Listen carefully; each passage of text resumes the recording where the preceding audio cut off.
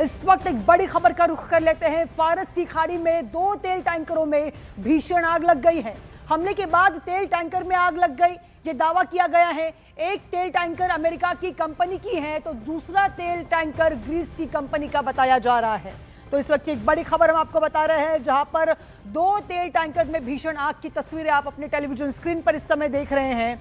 Persian gulf में 2 तेल टैंकरों में ये भीषण आग लगने का मामला सामने आया है, जहां पर रिपोर्ट्स के मुताबिक ये घटना इराक के बसरा पोर्ट के पास खाड़ी के पानी में हुई है। बताया जा रहा है कि दोनों टैंकरों पर विस्फोटक से भरी नौकाओं या फिर समुद्री ड्रोन से हमला किया गया है, जिसके बाद दोनों जहाजों में भीषण आग लग गई।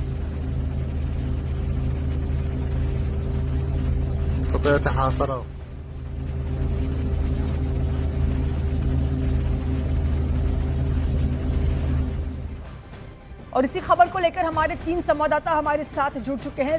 सीधा रुख करेंगे संजय सूरी का। सबसे पहले संजय, बड़ी खबर है, 2 टैंकर में अचानक भीषण आग लग जाती है, कौन जिम्मेदार?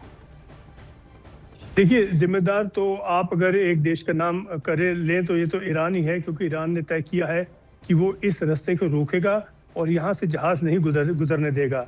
देखिए, जहाँ तक जहाज़ों का, हवाई जहाज़ों का सवाल है, मिसाइल का सवाल है, ईरान अमेरिका और इजराइल से टक्कर नहीं ले सकता। तो ईरान क्या करेगा? ईरान कहेगा जो हमारे बस में है, जो हमसे बनता है, हम वो करेंगे। और वो ये है कि जो इकोनॉमी है उस पर चोट पहुंचाएं और उस पर रोक लगाएं, और ये उनका कार्यक्रम चालू है। आप देख रहे हैं, आपने सामने ये दृश्य, जहाज जल रहे हैं, जो जल रहे हैं, इनसे जो हानि आ रही है, पहुंच रही है, वो तो पहुंच रही है, लेकिन इसकी असली हानि है कि इस कारण एक भय पैदा हो रहा है और जहाज यहाँ पे जाने के लिए तैयार नहीं है। ट्रंप का कहना अपनी जगह है कि ठीक है, हिम्मत दिखाएं, जाएं, लेकिन जहाज जो है जब निकलते अपना माल लेके, तो वो जुआ नहीं खेल सकते। और ये बहुत भयंकर जो है एक पॉसिबिलिटी उनके ऊपर मंडरा रही है कि शायद उन पर भी एक हमला हो जाए। तो इतनी आसानी से जहाज यहाँ से नहीं निकल पाएंगे, और जब तक जहाज नहीं निकल पाएंगे तो ये कारोबार जो है, जो तेल को पहुंचाने का काम है, ये बिल्कुल ठप हो जाएगा और इससे सारी दुनिया को चोट लग रही है। बिल्कुल, आपके पास फिर से लौट कर आएंगे, लेकिन इसी बीच हमारी संवाददाता अरुणिमा दुबई से हमारे साथ लाइव जुड़ चुकी हैं। अरुणिमा, इस घटना में क्या किसी क्रू मेंबर को कुछ नुकसान पहुंचा है? क्या स्थिति है इस समय? देखिए, खबर अभी भी मतलब कंफर्मेशन जो है वो धीरे धीरे आ रही है। इसके जो डिटेल्स है वो धीरे धीरे बाहर आ रहे हैं। पर एक चीज मैं आपको बताऊं कि हम सब इस चीज पर फोकस कर रहे हैं कि इसका वॉर पे क्या असर होगा, बट इसका जो एनवायरमेंटल इम्पैक्ट है उसका भी आपको ध्यान रखना पड़ेगा। हम सब ने वो तस्वीरें देखी है कि जब ईरान में ऑयल डिपोज को टारगेट किया गया तो अगली सुबह कैसे वहां तेल की बारिश हो रही थी और किस तरीके से पूरे शहर पर धुंध छाया हुआ था। आप मेरे पीछे देखिए, दुबई में भी, दुबई और दुबई के आसपास आज जो माहौल है, मौसम ने यहाँ भी रुख पलटा है। जो एनवायरमेंटल डिग्रेडेशन इस पूरे इलाके का हो रहा है, तेल धू धू करके जल रहा है, इतने सारे प्रोजेक्टाइल्स और मिसाइल्स लगातार टारगेट किए जा रहे हैं, तो जो एनवायरमेंट पे इम्पैक्ट है उसका भी असर धीरे धीरे पूरे इलाके पे देखने को मिल रहा है। अगर आप मुझे थोड़ा वक्त दे तो मैं आपको बताऊंगी कि उसका जो वॉर है उसका एंड गेम क्या है, क्या हो रहा है यहाँ पे। ये जो कुछ लोग मेरे साथ है, मेरे पीछे आपको फ्रेम में दिख रहे हैं, ये भारतीय नागरिक हैं जो यूएई आए हुए थे ये वेकेशन पर और वापस नहीं जा पा रहे हैं। तो मैं पहले जिन शख्स ने उनको यहाँ रहने की जगह दी है, ये उनका घर है जहाँ से लाइव आ रहे हैं। जैन साहब, अपना परिचय दीजिए न्यूज़ 18 इंडिया के दर्शकों को। और आपने करीब 250-300 लोगों को अब तक पनाह दी है। 360 लोग। 360। कैसे आपको ये ख्याल आया? क्या हुआ था जिस दिन पहली बार कोई यात्री आपके पास आया? तो मेरा नाम धीरज जैन है, मैं पुणे से हूँ, महाराष्ट्र से, भारत से। दुबई में पिछले 11 साल से रह रहा हूँ।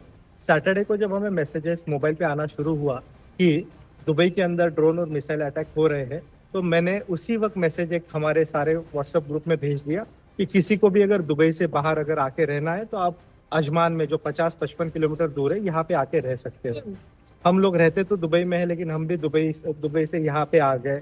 यहाँ पे 11 बेडरूम, 4। मैं आपको दिखाती हूँ, ये बता रहे हैं ना, ये इनका घर है पीछे, ये आप देख रहे हैं, ये जो पीछे शेल्टर है, इसको इन्होंने पूरी तरीके खोल दिया था। और ये जो गार्डन है जहाँ हम खड़े हैं, मुझे यहाँ के निवासी बता रहे हैं, जिन लोगों ने जिन टूरिस्ट ने यहाँ यहाँ रहे हैं, उनमें से कुछ बता रहे हैं कि यहाँ सब जगह टेंट लग गया था। आप जबलपुर से हैं, जी हाँ। बताइएगा आप क्यों फंस गए दुबई में? मेरी फ्लाइट कैंसिल हो गई थी और मेरे पास रूम के पेड करने के पैसे नहीं बचे थे, तो रूम छोड़ चुका था मैं।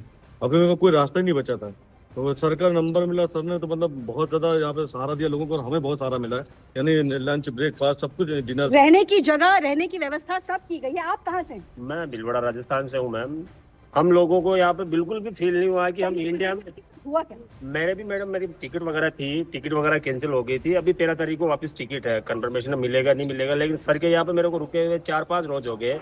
बिल्कुल इजी में हम, जैसे हम हमारी फैमिली के यहीं पे रह रहे हैं, ऐसा हमें लोग बिल्कुल लग रहा है। सर बिल्कुल हमें इक्वल टाइम, बिल्कुल हर चीज के अंदर, सुबह ब्रेकफास्ट, लंच, डिनर वगैरह, डर वगैरह का ऐसा कोई माहौल नहीं है हमारे नहीं है। तो आप देखिए, यहाँ और डिटेल में हम इनसे बातचीत करेंगे और वो रिपोर्ट आपको थोड़ी देर में हम साझा भी करेंगे कि जी। किस तरीके से भारतीय मूल के लोग यहाँ पर एक दूसरे की मदद के लिए आ रहे हैं। बट इस वक्त जो यहाँ हालात है, जो तस्वीरें आप दिखा रही हैं ऑफ जो टैंकर्स जल रहे हैं, लगातार जो स्ट्रेट ऑफ हॉर्मुज से रिपोर्ट्स आ रही हैं, इससे इनके जो परिवार जो भारत में अभी भी हैं, वो भी डर गए हैं और ये भी दिन दिन गिन रहे हैं, कोई 11, कोई 13, कोई 16 कि कब इनकी फ्लाइट यहाँ से उड़े और इनका ये जो दुबई का वेकेशन था जिसपे एक तरह से ग्रहण लग गया, किस तरीके से वो ग्रहण छटे।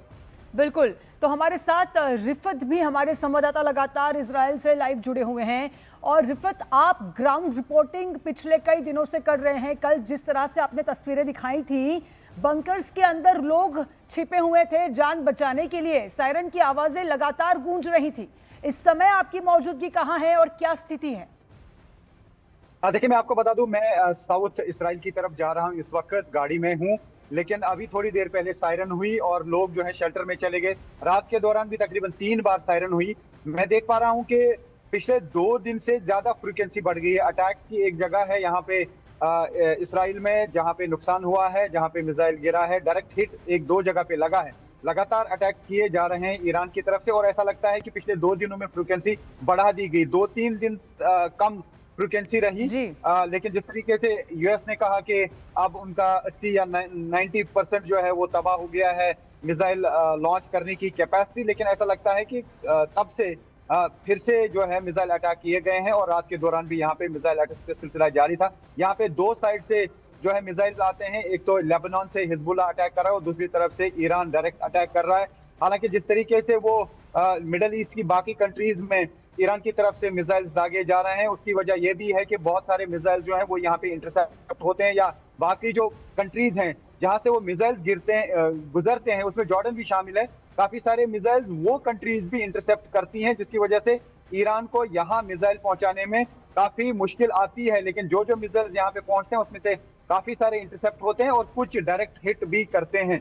तो मैं आपको दिखाऊंगा यहाँ इस वक्त क्या हाल है। मैं जिस डायरेक्शन में जा रहा हूँ आप देख सकते हैं यहाँ पे, हालांकि थोड़ी थोड़ी मूवमेंट जो है आज गाड़ियों की देखने को मिलती है, लेकिन जो ही सायरन बजती है तो यहाँ सड़कों पे सन्नाटा छा जाता है। और ये जो आप मीटर देखते हैं, मैं एक दिलचस्प बात आपको कहूंगा, ये गाड़ी का मीटर है और इसमें भी सायरन बजता है। ये भी कनेक्टेड है टेक्नोलॉजी के साथ, और जो भी यहाँ पे लोग हैं उनको पहले ही पता चलता है, यानी अलार्म जो आ जाता है उनको बताया जाता है कि आप शेल्टर में देखिए। लेकिन कल शाम को हमने करीब 7 बजे के करीब देखा कि कोई सायरन नहीं हुई, कोई अलार्म नहीं हुआ, लेकिन उसके बावजूद भी मिसाइल जो है वो हिट कर गए टेल अवीव में, जो मैंने खुद अपनी आंखों से देखा गिरते हुए, क्योंकि मैंने आसमान की तरफ नजर दौड़ाई। वो विजुअल्स जो है हमारे पास हैं कि कोई अलार्म नहीं हुआ, कोई सायरन नहीं हुआ। उस वक्त क्या एयर डिफेंस सिस्टम को वो इवेड कर गया? क्यों अलार्म नहीं हुआ? ये तो टेक्नोलॉजी का ये कह सकते हैं कि उस टाइम क्या फेल हुई। लेकिन फिलहाल हम ये देख पा रहे हैं कि इर्द गिर्द जो है यहाँ पे थोड़ा सा मूवमेंट है, लेकिन जो ही सायरन बजती है लोग जाते हैं। लेकिन अभी यहाँ पे बताया जा रहा है कुल 15 बिल्कुल, मतलब इसका मतलब यही है कि हर बार सायरन के पहले आपको प्री इंटिमेशन मिले, ये संभव नहीं है। ये टेक्नोलॉजी है और टेक्निकली कहीं ना कहीं ये चीजें पीछे रह सकती है, इससे ये सब साफ सबूत मिलता है। लेकिन आपके पास फिर से लौट कर आएंगे। इसी बीच एक खबर है जो दर्शकों तक पहुंचा दे। पश्चिम एशिया में जारी युद्ध के बीच फारस की खाड़ी में अमेरिका और ग्रीस के तेल टैंकरों से भरे जहाजों पर हमला किया गया है। इस हमले में अमेरिका को बड़े नुकसान का दावा भी किया जा रहा है। वहीं अमेरिका ने साफ साफ शब्दों में हमले के लिए ईरान को जिम्मेदार ठहराया और आगे भयानक परिणाम भुगतने की सख्त चेतावनी भी दी है। वहीं बहरीन में भी अमेरिका के नियंत्रण वाले मुहर्रक हवाई अड्डे पर ड्रोन से हमला किया गया। हमले के बाद तेल के टैंकरों में भीषण आग लग गई है। तस्वीरें देखिए। और इसी बीच हमारे संवाददाता रिफत हमारे साथ लगातार जुड़े हुए हैं। रिफत, अपडेट दे रहे थे आप, कंटिन्यू करिएगा। देखिए, जिस तरीके से आपने कहा कि जो शिप्स हैं उन पे हमला किया गया और जी। इराक जो है उन्होंने अपना पोर्ट जो है पोर्ट के ऑपरेशंस जो है वो बंद कर दिए हैं, क्योंकि जिस तरीके से 2 शिप्स जो फॉरेन शिप्स थे उन पे हमला किया गया। उसका मतलब है कि साफ ईरान चाहता है कि स्ट्रेट ऑफ हार्मोज से कोई भी तेल बाहर ना जाए, क्योंकि ये एक बड़ा प्रेशर पॉइंट हो सकता है, स्ट्रेटेजिकली बहुत इंपॉर्टेंट रूट है। अब यूएस उसका किस तरीके से प्रोटेक्शन देगी इन शिप्स को, वो देखने वाली बात होगी। लेकिन हर कोई कंपनी चाहेगी कि वो अपना शिप बचाए और जान भी बचाए। तो उस पे अभी ये कहा जा सकता है कि ईरान की तरफ से पूरी ग्रिप उस पे है कि स्ट्रेट ऑफ हार्मोज पे वो कभी भी अटैक कर सकते हैं, शिप्स को टारगेट कर सकते हैं, भले ही यूएस नेवल फोर्सेस के थ्रू कोई प्रोटेक्शन देने की भी कोशिश करे, क्योंकि वो उनके रेंज में है, वो उनके एरिया में है। ईरान के नेवल फोर्सेस जो हैं वो वहां पे अलर्ट हैं और साथ ही ये स्ट्रेट ऑफ हार्मोज जो ईरान के नजदीक है। जैसा मैं कह रहा हूं कि जहां जहां पे भी ईरान को लगता है कि वो अटैक कर सकते हैं, वो अटैक करने की कोशिश करते हैं, चाहे वो बहरीन हो, चाहे वो दुबई हो, चाहे वो ऐसी कहीं भी कोई भी कंट्री हो जहां पे यूएस फोर्सेस की आर्मी बेसिस हैं या जहां पर भी उनका कहीं पर भी शिप वगैरह रखे गए, कहीं पर भी फाइटर जेट्स रखे गए हैं या उनके सोल्जर्स हैं। यानी ईरान की तरफ से पूरी कोशिश की जा रही है कि वो इसराइल और यूएस फोर्सेस पे हमले करें। जी बहुत बहुत शुक्रिया आपका तमाम जानकारी।